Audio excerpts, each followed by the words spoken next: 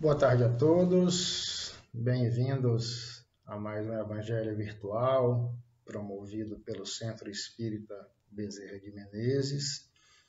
Para aqueles que estão chegando pela primeira vez, eu vou fazer um pequeno esclarecimento do que vem a ser o Evangelho no lar. O Evangelho é uma forma de higienização, de asepsia espiritual, que é promovida na nossa casa, e isso se expande para a nossa cidade, para o universo, haja vista que está tudo interligado.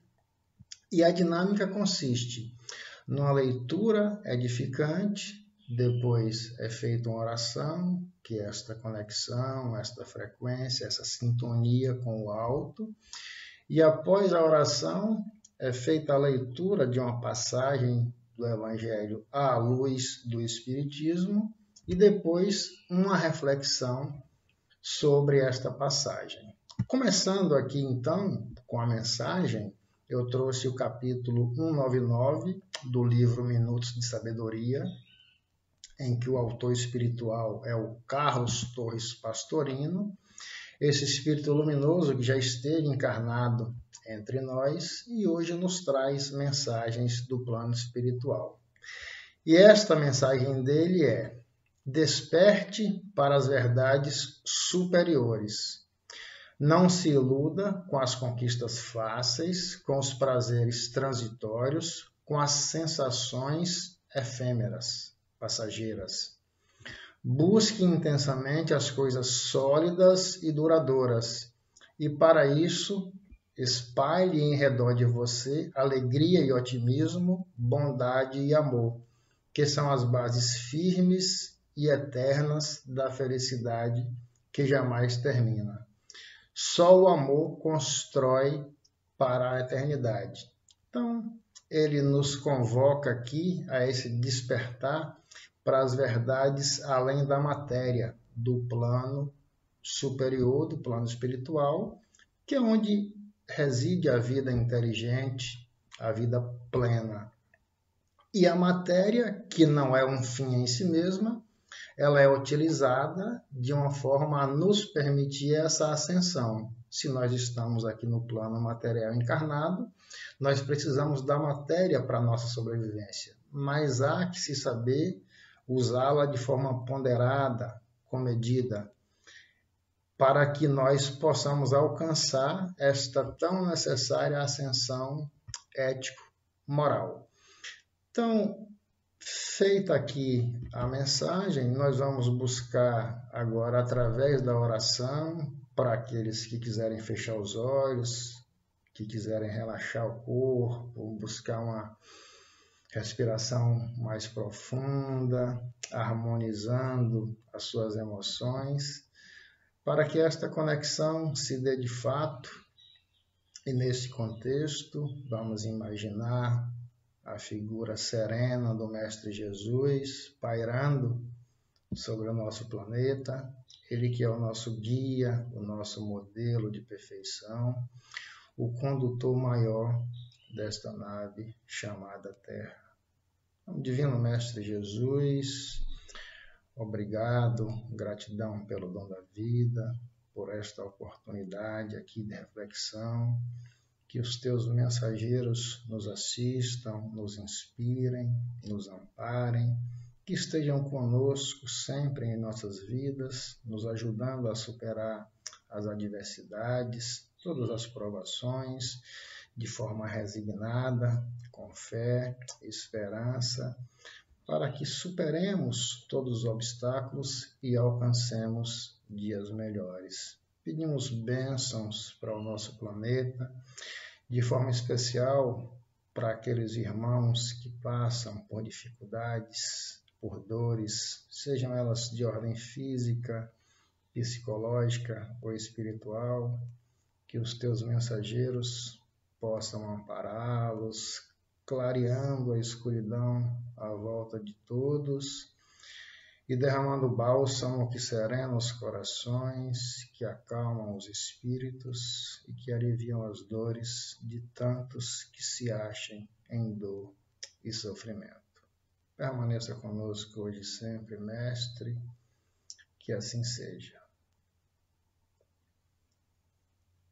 Então, hoje nós trazemos aqui do Evangelho uma passagem que está no capítulo 15 do Evangelho segundo o Espiritismo, codificado por Allan Kardec, como todos sabem, e que tem como base o Evangelho de Lucas, lá no seu capítulo 10, que é uma parábola, a parábola do bom samaritano.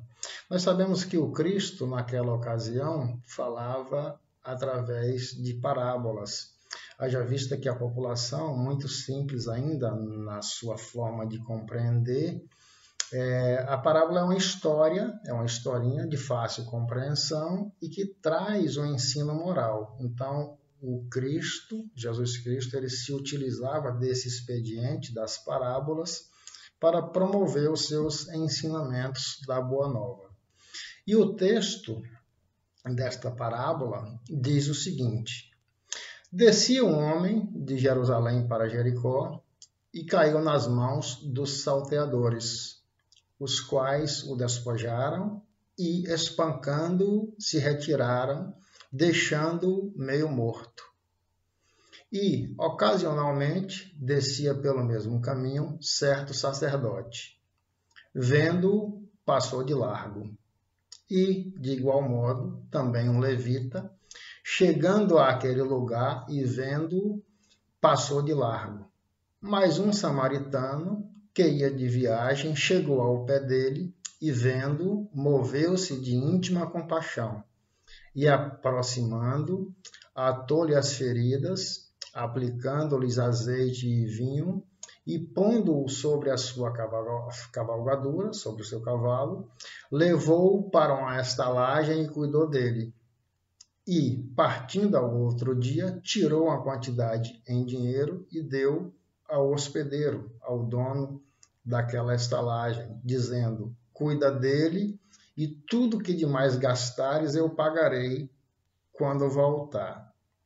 Então, qual é a reflexão, qual é a interpretação que nós fazemos modestamente desta parábola, desta passagem, deste texto evangélico?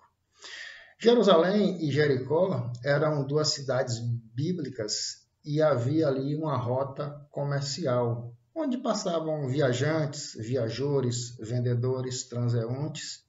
E o Cristo se utiliza dessa história dizendo que uma dessas pessoas, um vendedor, passava, foi atacado por salteadores, por ladrões, foi espancado, ficou semi-morto. E nesse íntere passaram por ali algumas pessoas. E quem delas saiu em socorro deste viajante, deste viajor ferido? Passou um sacerdote. Nós sabemos que o sacerdote da antiguidade, e hoje ainda, era uma pessoa especialista na religião, mas aquela religião ritualística dos templos, passou e não o socorreu. Um levita, que também era uma espécie de sacerdote em Israel, é um especialista da interpretação dos textos bíblicos, era naquela época, passou e também não se compadeceu da situação daquele homem. Já o samaritano, que é um dissidente dos judeus, era discriminado, desprezado por serem minoria naquele contexto, os samaritanos. Este o socorreu, colocou sobre o seu cavalo, levou este homem ferido até uma hospedagem, cuidou dele, deixou a orientação para que o dono da hospedagem continuasse a cuidar, fez um pagamento antecipado e se comprometeu a pagar o que faltasse na volta da sua viagem. E aí interpela o Cristo: quem destas pessoas prestou de fato caridade a este homem? Os especialistas na religião ou aquele que era discriminado, que era um dissidente e que não tinha, de fato, essa religião ritualística, mas que se compadeceu? É evidente que aí me faz lembrar de uma frase da Madre Teresa de Calcutá, quando esteve aqui, que ela nos convoca a pensar e nos diz que mais importante do que os lábios que oram são as mãos que trabalham. Então, nesse sentido, a parábola nos convoca ao serviço da caridade, que está além da religião em si, a religião a que me refiro apenas ritualística, porque a religião do religare mesmo é a nossa conexão com Deus. E a conexão com Deus é uma forma bem mais ampla do que o que estamos acostumados. Mas quando nós trazemos para o nosso dia a dia, quem seria este viajor, este viajante, este transeunte nas nossas vidas? E que posição nós ocuparíamos se precisássemos sair em socorro de alguém? O que de fato nós faríamos? E aí é uma reflexão interessante, porque nós vivemos um momento de pandemia que certamente é o momento mais difícil pela qual a nossa geração está passando. E nós somos instados a pensar o porquê de tudo isso. Daqui a alguns séculos, certamente, as pessoas vão comentar sobre esses momentos de extrema adversidade pelas quais passa a humanidade.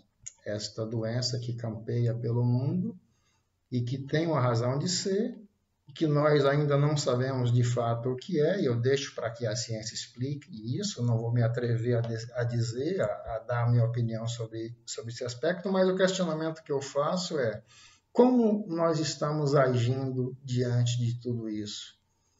Que reflexão nós fazemos? Será que estamos ajudando alguém? Será que estamos ajudando a nós mesmos, aos nossos familiares, à coletividade?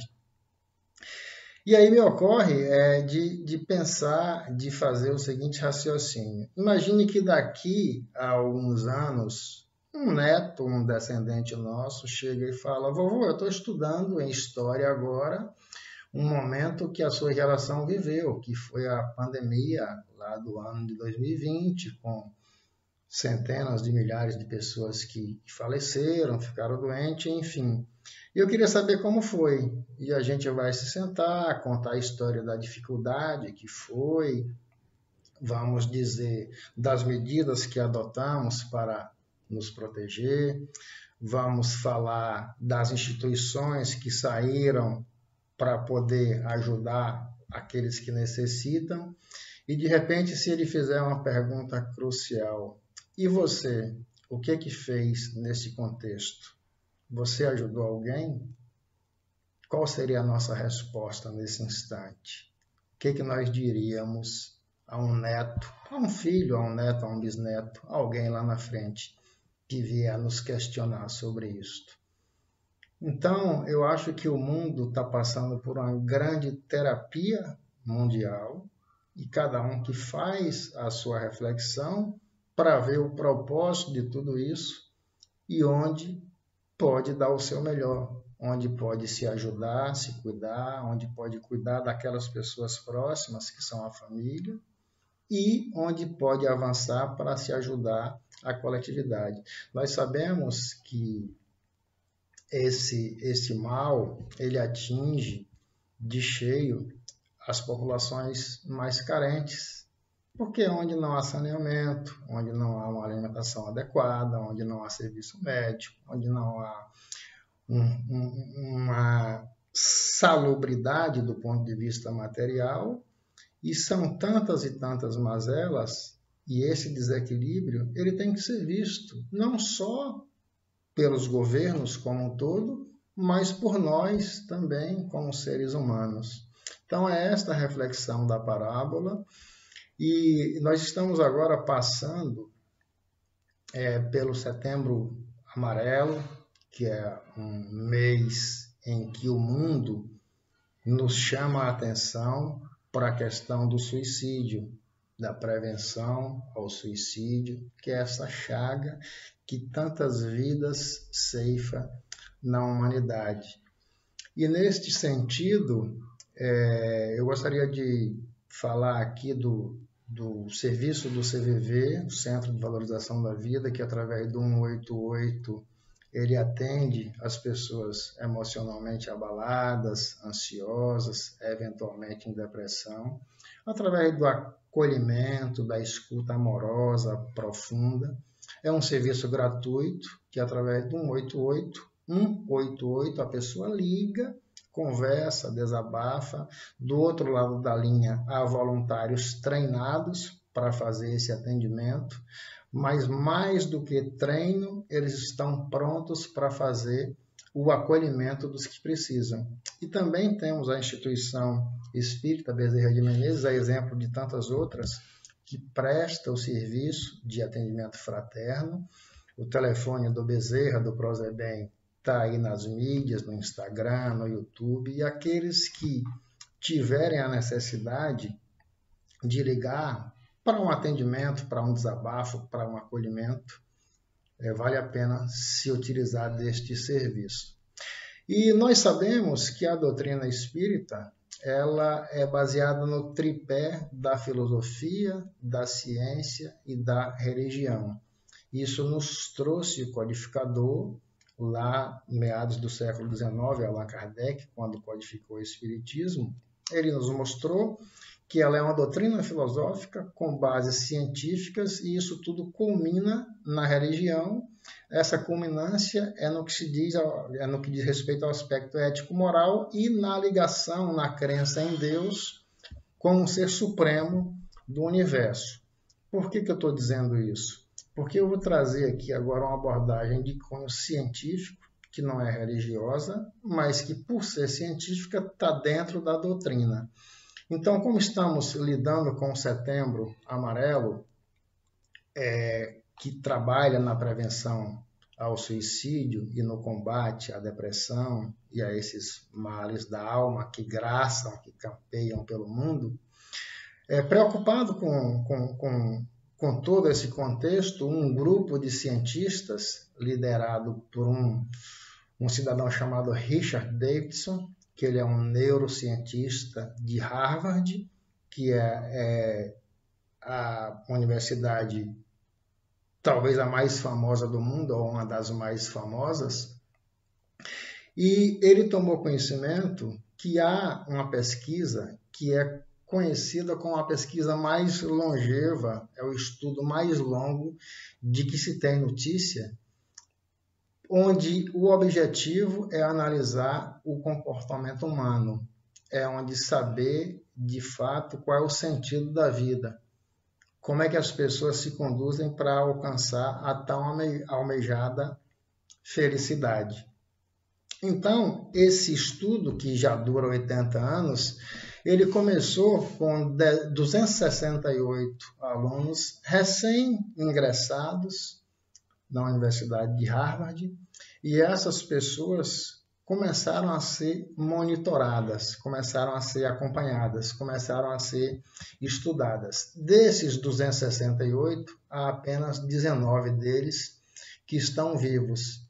E eles eram obrigados a responder periodicamente, um acompanhamento científico, claro, a um questionário tão minucioso que você checava tudo. Você tinha marcadores de saúde, pressão arterial, taxas de glicose, colesterol, marcadores cerebrais com scanner. Então, é um estudo bem complexo, onde, ao longo desses anos todos, o objetivo é saber quem, de fato, pode se considerar mais feliz. E o resultado disso foi publicado agora há alguns anos. O objetivo era publicar apenas quando todos tivessem desencarnado, há 19 vivos. Mas diante desse problema que o mundo encara, que é a depressão, esses cientistas influentes de Harvard convenceram esses 19 sobreviventes a divulgarem esse estudo e eles concordaram. Então, a conclusão é: os mais felizes não são aqueles que acumularam mais dinheiro, mais riqueza, não são aqueles que tiveram mais momentos de lazer, de viagem, que tiveram filhos saudáveis, ou que se realizaram na profissão, que tiveram títulos gloriosos. Não. Os mais felizes são aqueles que caminharam na direção do acolhimento do outro, que agiram com compaixão, com fraternidade. Então, após 80 anos de estudo, alguns milhões de dólares gastos nessa pesquisa, chegou-se à conclusão de que fora da caridade não há salvação. Muita paz, luz e bênçãos para todos.